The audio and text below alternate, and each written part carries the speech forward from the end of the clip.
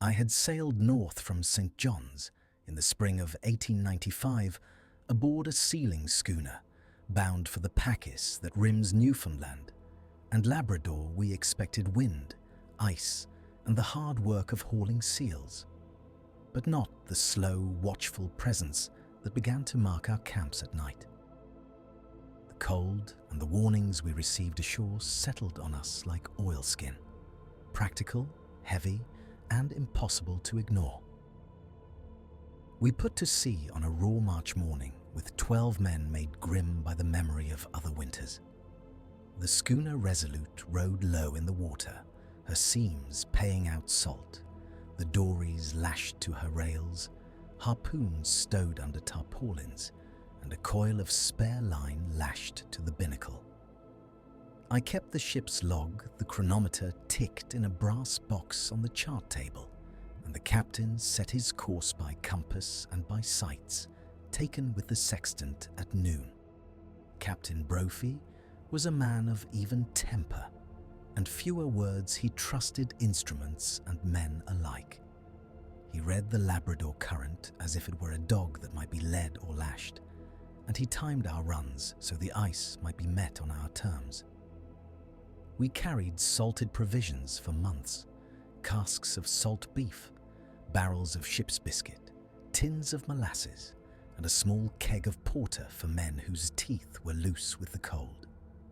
There were spare harpoons, spare lines, a boat hook or two, oilskins hung to dry beneath the boom, and a patching kit for sails. For a sealing voyage is measured as much in mending as in catch. The men were steady hands. Some of them had cut their teeth on earlier seasons of ice and storm, and their faces were ploughed fine with wind. They moved about the deck with the economy of those who know that wasted motion costs warmth. Before we left the harbour, there were those who came to the rail, old fishermen with salted eyelashes, and women who had tended coffins and bemoaned sons. They would not laugh at our course. "Mind your lights," one told Captain Brophy, voice thin as a fishbone. "See what watches from the headlands. Don't take no chances." Another spoke of a pale thing that stood by the rocks and regarded boats with the patience of tide. She folded her hands and would say no more. We listened and thanked them in the fashion of mariners who pay heed without letting superstition steer their work. Still, when we made sail, the shore sentiments rode with us like cormorants, heard but not seen. The first days northward were given to seamanship. We put up canvas against a sky the colour of old pewter, and at nights the watch kept the wheel and the binnacle lamp. We sounded the tides and took bearings by the sun. The sextant's index mirror sent a white light across the chart table, and the chronometer's steady cadence kept us honest about time and longitude. Below, the galley simmered with stewed salt beef, and the smell of grease stitched through the salt air. Men cleaned harpoons, coiled spare lines, until the deck gleamed with order, and smoked small black pipes, their hands stiff with cold, their breath fogging like small, angry, though ghosts. On the 9th day out, the ice began to show itself as a white, shifting country on the horizon. We sent a dory ahead to sound leads and to test the first flows. The Resolute moved into slower water. The work would be different here, less the straightforward hauling in of open bays than the coaxing of open patches, the dropping of men in small boats among ragged floes, the hauling of carcasses onto hard Rhymeslick ice to be salted and stowed. I wrote in the log of our bearings, our provisions, the men's names. It pleased Captain Brophy that I be exact. A ship at sea must be measured to be trusted. That night we hove to beneath a low bank of fog, fires in galley and forecastle keeping the cold off. Lanterns swung green and red along the rail. Men sat about the taut lines and mended the nets by lamplight. It was then, as we checked the lashings and posted the night watch, that the first small thing made itself known. A pale shape standing well beyond the glow of our lanterns on the far edge of the floe, too still for wind, too distinct against the snow to be merely drift. The men fell quiet. We set an extra watch and took our harpoons from their pegs, carrying them not for a seal, but for ourselves. The log ends the entry that night with a single sentence. We were observed. The wind took up that note and bore it forward. We weighed later for the ice with a care that had not been ours before. I kept my eye on the open water and my hand upon my rifle when the fog thickened. The lead fell with a steady plop, and the mate called the soundings into the binnacle while the bell marked the hour. The chronometer in the chart room showed April of 1895, and by compass and dead reckoning, we held a course skirting the great ice fields that come down from Labrador. The ship rode slow as a trapped beast. Every timber in her seemed to complain with the tide and the ice. Rigging sang, the mainmast creaked, and the smell of whale oil mixed with the heavier tang of damp canvas and tar. The kerosene lamps in the waist swung like small suns, and below, the galley stove sputtered as the fishermen mended nets beside the heat. The men spoke little of it now, but at odd hours, beside the stove, the Labrador trapper and an old skiffman who had lived beside the Newfoundland coves would draw me near and, in measured voices, tell of pale watchers at the margins of floes. They described long, thin shadows that kept the hummocks and watched the camps. I had no thought to credit superstition for long yet. When the fog lay thick and the lamps guttered, though no wind struck the glass, even a sensible man will allow himself to be watchful. We put the ship to the lee of a great floe at noon and lowered the boats. Men made ready with hakapiks and lines. I checked the rifle and the spare powder horn, felt the leather of my gloves, steadied the compass in my palm.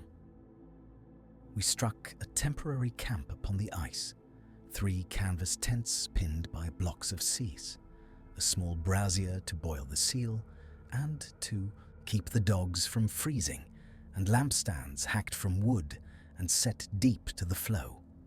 The men ate in a solemn manner, scraping frost from their beards, trading few words. Before dusk, I took a short patrol with the trapper. He walked with a tramping, practiced step, eyes scanning the rim of Seasmith hummocks. We found no tracks of men upon the white, but there were traces that set the jaw of the trapper tight. Depressions in the snow too narrow for a seal's haul, shallow gouges in the ice that were not made by flippers, and, closest to our camp, a trail of fetid, salt-stiff tufts, old whale blubber perhaps, dragged past the tents as if something had brushed by. The dogs would not lie quiet. They lifted their heads, ears fixed, a low whine trapped in their throats. One of the older men said nothing, but I saw his hand clench about a strap. That dusk, with lamps fixed and the men in watch, I saw one of the pale watchers for the first time. It stood upon a hummock some 30 yards off, a suggestion against the grey, paler than the snow, but not white. Its outline was elongated, shoulders narrow and head set forward as if to balance. It offered no gait I could name. It did not bound like a seal, nor lumber like a bear. When it turned, lamplight caught a face that had no beard, and the eyes reflected as painfully small points, like a pair of coals under damp rags. It did not move toward us, it merely regarded. For a moment, every man on watch had his breath held.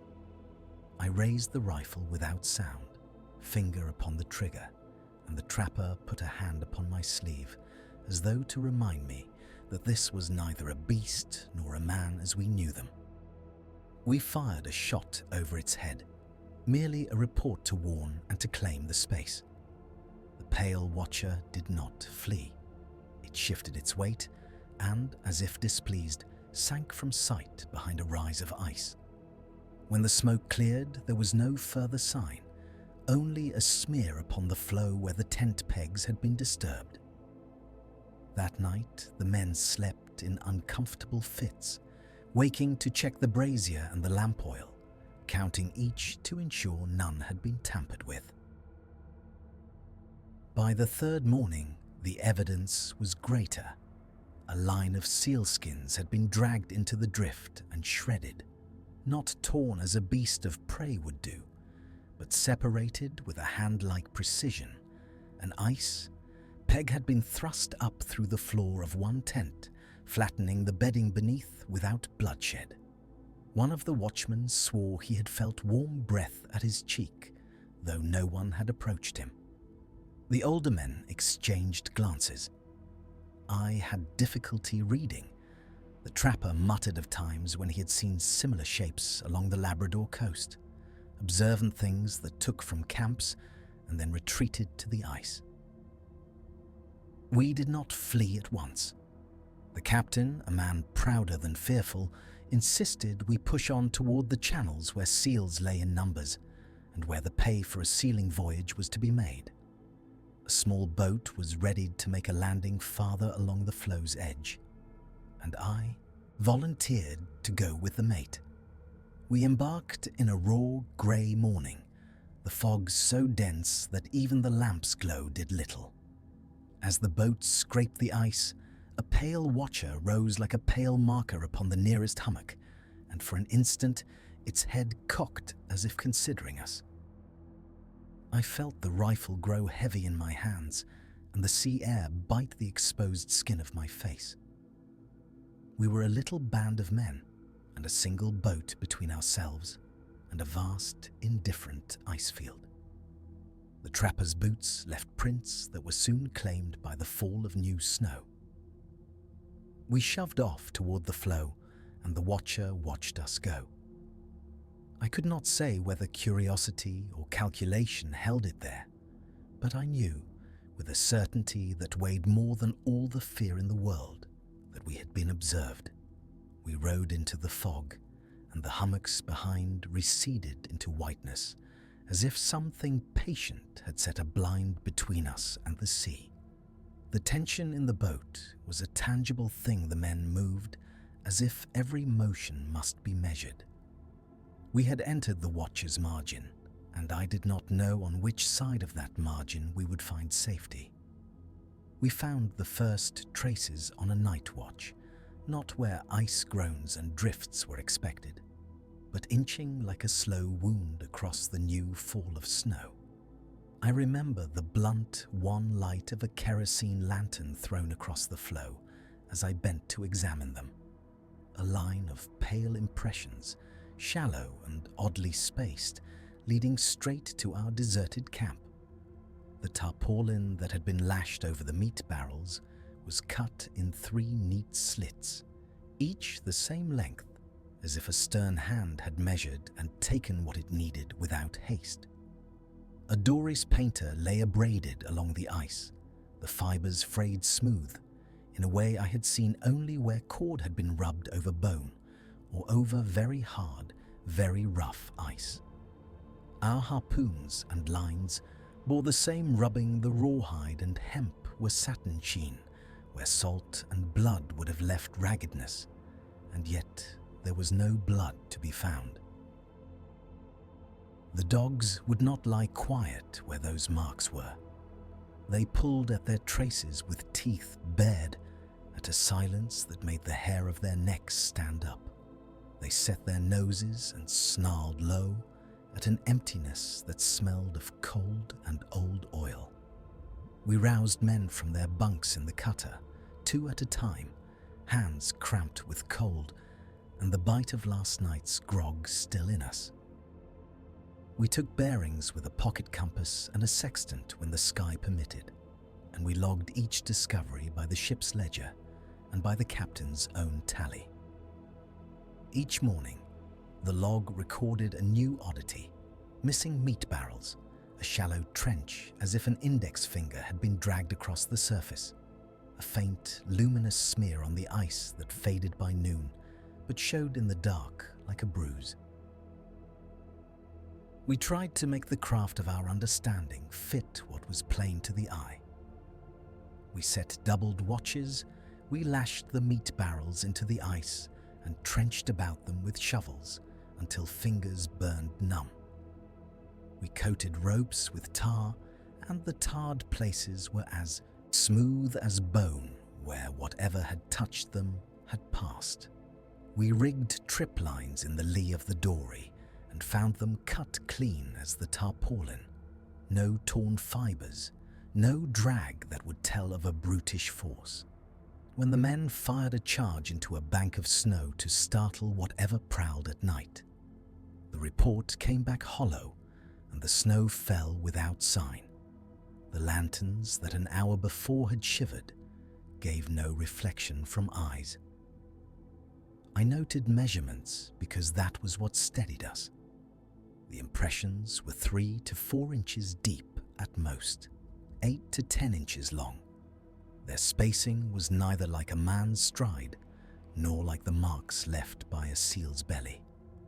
The luminous smear, if smear I should call it, was cool to the touch and left the skin of a glove chalky as old lime. The trench we found near the eastern cache had been made without haste. The snow there showed parallel gouges as if someone had scraped delicately with a broad, blunt instrument. Once, in the blue hour before dawn, one of the men, Green from Brigus, a man who seldom lost his nerve, pitched his lantern close to a print and swore he saw a pale outline recede across the snow, like something that did not so much walk as glide upon the seam of the ice. We took counsel in the captain's cabin by the light of a small stove. Names and old superstitions were spoken low, not because we gave them true credit, but because superstition has its uses in the winter. It keeps men watchful. Some of us suggested polar foxes or the mischief of ice-frozen kelp. Others pointed to the telltale of dog prints disturbed where there ought to have been none. We marked the time of watches, redoubled our tinder, and kept a double supply of cartridges in the chest. Men mended harpoons with the same care they would give a friend. Waxed twine wrapped, eye bands soaked in pitch, because we found that common labour steadied the nerves. Even with precautions, the signs multiplied. The pattern was no longer incidental. Barrels shifted, caches scraped, and the pale impressions threaded between our camps as if noting them. We began to move like men followed, altering our camps by degrees, laying false caches and leaving strips of canvas in the snow to test a curiosity that would not come openly. The last night I stood watch before we struck further afield. I could feel the cold sink into my bones as if it bore weight, and the dogs were quiet at my feet. Too quiet. Far to the north, under a faint auroral haze, something crossed the ice and did not bother the drift. It left, and we read its handwriting in our snow. We were not prepared to name it, but we knew enough to know we were no longer simply men on a voyage. The markings had arranged themselves into a question that refused to be answered by ordinary things. We took our instruments, shouldered our harpoons, and followed the line westward into a field of hummocked ice where every echo died early. The log would later record the hour we left. I set down its mark with fingers numb and steady, and the men looked to one another with the old, exacting look of those who have chosen to go where dangers gather. At last, At dawn, after a night of wind, we saw it. A pale, elongated shape perched on a distant floe, its outline taller than a man yet hunched. Pale skin caught the weak sunlight like rotten parchment. It watched our row of smoking lamps and moved with a slow, deliberate tension that set the dogs to whining. We made for it in a dory, rifles ready, and one of the crew fired to startle it. Nothing fell, only the low sound of something rubbing at the ice, and the figure slid away with unnatural steadiness into the rift between floes. We pulled close enough to see that the thing was not a seal nor any bear of the coast. Its limbs were too long, the joints knotted and wrong, as if a man had been stretched across a frame. The head, when it turned, held no beard and no eyes that reflected light in the way a beast's would. It seemed instead to regard us with a pale, flat attentiveness. I remember the smell then, a faint, sour odor like damp linen left too long in a chest, the kind of smell one finds in old chests aboard the brig or in the bilge after a long lay at sea. It set my teeth on edge. McGrath, who handled the oars, cursed quietly and dipped his blades with a steadiness that belied the tremor in his fingers. We had with us 2 sport rifles and a fowling piece, cartridges in a leather pouch, oilskin coats and a small tin of lamp oil. All such things felt useless beneath the figure's calm. The dogs, tied to the ice by their traces, pressed their noses to the flow's edge and whined louder, then fell to a whining silence as if someone had taken the noise out of them. I leveled a rifle and fired over the creature's head to frighten it from the ice. The report lay thin between the floes and came back to us muffled and strange. It did not startle the thing in the manner of an animal. It merely ceased its rubbing and drew itself down into the rift as a man slips into the shadow of a doorway. The sound that had accompanied its motion, like coarse cloth drawn across flint, continued for a dozen heartbeats after the shot, and then, for the first time that morning, there was an absence, no wind in our ears, as if the rift had swallowed the very air. We drifted a little, then McGrath urged the dory forward, and I laid a hand on the gunwale to steady myself. The floes were treacherous, packed snow concealing thin ice underfoot. I stepped with care onto the nearest sheet, the wood of my boot ticking against frozen hummocks, and when I placed my weight too far, the floe rocked and sighed like an old vessel. The others followed.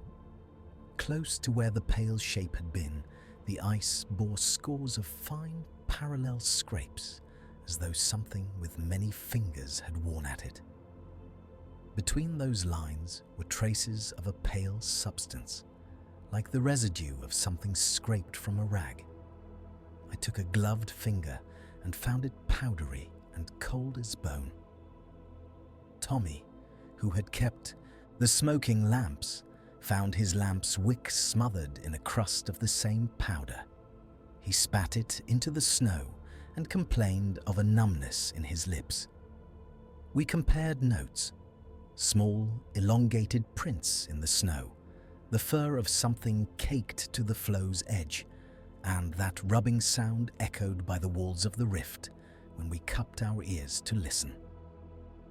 We prized at a seam of ice with our knives and found beneath a narrow channel where water moved darkly and silently.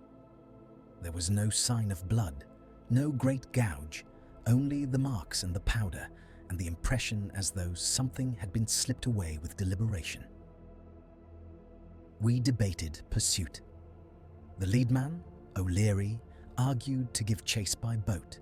McGrath cautioned for safety, pointing to the thinning floes and the open water. We pulled back a little to take stock, but every return of the smoking lamps to our sight line found a pale curve beyond them, as if the figure watched from farther off. The dogs pressed themselves low and would not follow us when we attempted to move toward the larger pack. That afternoon, we made for a neighboring floe to reconnoiter and left a small note pinned under a stone to mark our course for the schooner. We agreed upon watches and to keep our lamps burning through the night. None of us slept more than a few moments. The lamps guttered and filled the air with the smell of oil. In that light, the pale shape might have been anywhere beyond the blue knife of the horizon. I set down these details, not to inflame, but to preserve what fell under my own eyes, a thing that could slide as soundlessly as a shadow between floes, that left fine scrapes and a powder as of old bone, had taken no visible wound and left behind no footprints leading inland. We returned to the dory at dusk with colder hands, a braver gun, and a plan. Too rash, perhaps, or perhaps the only thing left to do. The lamps burned into the night, and the pale shape watched. We quit the season early, and the harbour of St. John's took us back into itself, as if the sea had been a thing we had borrowed. I left a chest in the custom house loft with a string of journals, a damaged tarpaulin smelling of coal smoke and seal fat, and the heavier things that men wished to forget or secure against curiosity. Some of the crew would not set foot upon the ice again. They stood on the quay with oilskins unused, fingers fumbling at their caps, and when the steamer's whistle blew, they turned away as if the sound had cleaved them loose from the place where whatever had been watching lingered. The captain made a sober entry in the log, April 1895, and later filed it with the other Newfoundland sealing records. He wrote in the measured hand of a man who had seen too much of the sea to glitter his words. That brief official line they kept in the office among the manifests and soundings, everything else remained with us. We steamed out past the Narrows in a low, grey weather, the wheelhouse filled with the smell of oil and wet wool, the binnacle throwing a modest glow upon the mate as he checked the chronometer against the chronometer box. Men went about their stowage with the mechanical motions of fatigue, sealing hooks inspected, boots double-laced with tarred hemp, flints struck for the kerosene lamps that would not be needed aboard ship. I remember the small domestic acts more than any speech, the tidy folding of a shirt, a man wrapping his pipe in paper, and the shared glances when the Arctic light fell along the rail and raised the pale of the distant ice. For a day we watched the ice field slide aft, a wasted country of hummock and pressure ridge that kept its own weather. The ship groaned, colfed and steady. The lead line clattered at intervals for soundings where the chart left off. At dusk, the watch reported a figure on the ice, very distant, hardly more than a brighter patch against the drift. We turned the head of the vessel to keep the man, if man it was, within sight, and the captain peered through his glass and set his jaw. By the time we made the boat to verify, there was nothing but a pale shape on the horizon, resolved by binoculars into an upright suggestion, like a man wrapped in canvas but too still and too large for a sealer. It watched our camps those last hours as if taking counsel, then receded into the wastes with the slow certainty of the tide. I had time to note the small facts. The figure cast no shadow in the dying light. Its outline was blurred by a steady, fine grit that stung the eyes. When the wind shifted, it made no sound, but the sodden whisper of the ice itself. Our dogs grew uneasy and would not be coaxed. A boy at the stern dropped his muffler and would not stoop to pick it up until another had done so. No weapon took a shot. We did not meet the thing in a manner our hands could hold, and we returned to the ship with our curiosity tempered into something else. An attention that resembled dread and a professional caution born of long winters. Afterward, in the inns and on the stages where fishermen told their tales, I heard of distant watchers seen in other seasons and other coves.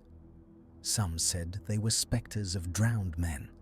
Others offered a more prosaic suggestion of polar bears or ice forms made strange by refraction and wind.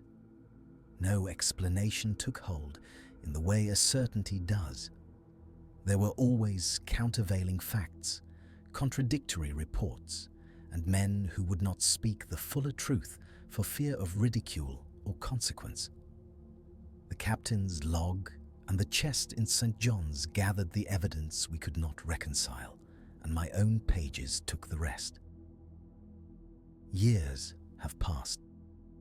I have awakened with the taste of that wind on my tongue, and the impression of pale watching lodged as stubbornly as frost in the corners of a hut. I have checked my instruments in quieter latitudes with the same practiced care, and I have written this down because that is what steadiness permits. The measure of dates, the behavior of men, the record of a tarpaulin folded and a chest left behind. The matter remains. Unresolved, the pale shape receded into the wastes, and with it went the last clear line of purchase upon it. It endures now in sleep, in the telling of other fishermen by a peat fire, and in a small entry in a logbook filed among the sealing records of Newfoundland, an impression of 1895 that neither explanation nor time has yet erased.